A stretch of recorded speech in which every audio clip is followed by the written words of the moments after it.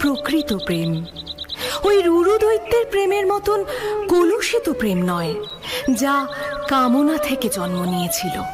রুরু দৈত্য কি তার কাহিনী দেবী? সে বর প্রাপ্ত ছিল। যুদ্ধে তার মস্তক মাটিতে পড়লেই সে জীবন্ত হয়ে উঠত।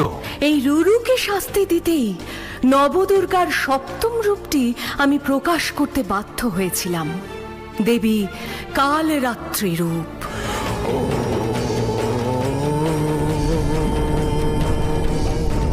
আপনাকে ঘরণী করবে বলে রুরু দৈত্য পর্বত গুহায় প্রবল তপস্যা শুরু করেছে।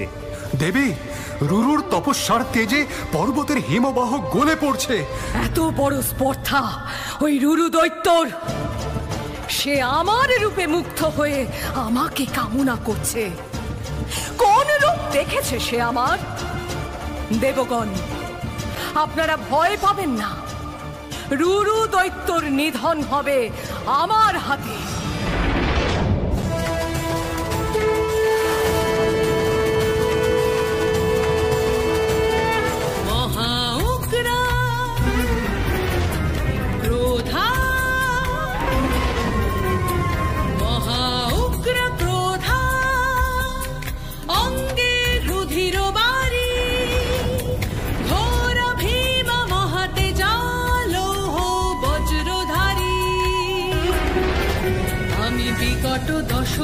আমি কাল রাত্রি ভয়ঙ্করী।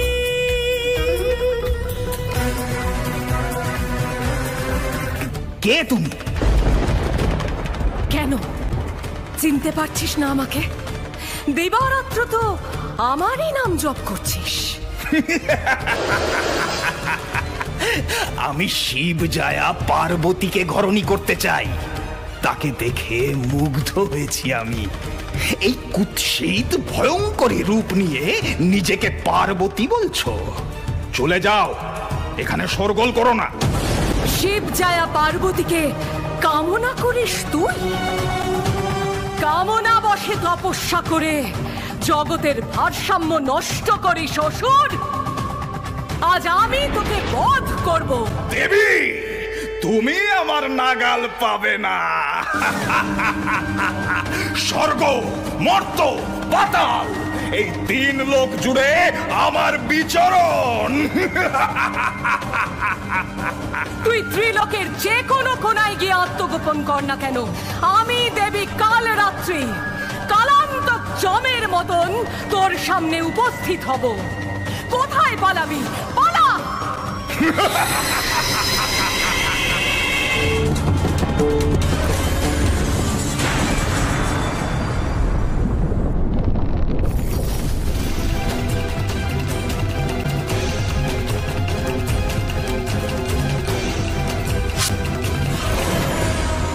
কাল অর্থাৎ সময়কেও যিনি বিনাশ করতে পারেন, তিনি দেবী কালরাত্রি।